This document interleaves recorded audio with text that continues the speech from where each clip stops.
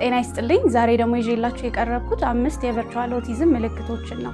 አንደኛ የንግግር መዘግየት ሲሆን ልጆቹ ድምጽ ወይም ቃላትን ለማውጣት ይቸገራሉ። ይህ ደግሞ የሚከሰተው ረጅም ጊዜያቸውን የሚያሳልፉት ስክሪን ላይ ከሆነ ነው። ሁለተኛው ደግሞ ከሰዎች ጋር መገናኘት አለመፈለግ ነው። ይህ ደግሞ የሚከሰተው ረጅም ጊዜያቸውን ስክሪን ላይ የሚያሳልፉ ከሆነ እሱን ነው የሚመርጡት። ከሌሎች ሰዎች ጋር ሊሆን ይችላል፣ ከጓደኞቻቸውም ጋር ሊሆን ይችላል።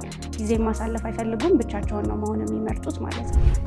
ሶስተኛው ደግሞ የአይን ግንኙነት ወይም አይ ኮንታክት የምንለው አለመኖር ሲሆን ሰዎችን ለማየት ያመነታሉ። እያዋራናቸው እንኳን ሌሎች ቦታዎችን ነው ማየት የሚመርጡት ማለት ነው። አራተኛው ደግሞ የማስታወስ ወይም የትኩረት ችግር ነው። ብዙ ነገር ላይ መቆየት ይከብዳቸዋል። ጨዋታም ሊሆን ይችላል፣ ትምህርትም ሊሆን ይችላል። ትኩረታቸው በፍጥነት ይቀያየራል ማለት ነው።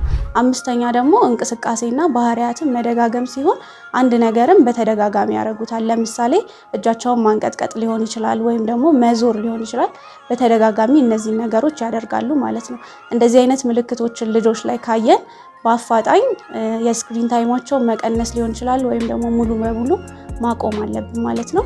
እንደዚህ አይነት መልእክቶች በየዕለቱ እንዲደርሷችሁ ሁሉንም ሶሻል ሚዲያዎቻችንን ፎሎ ማድረግ አይርሱ። እናመሰግናለን።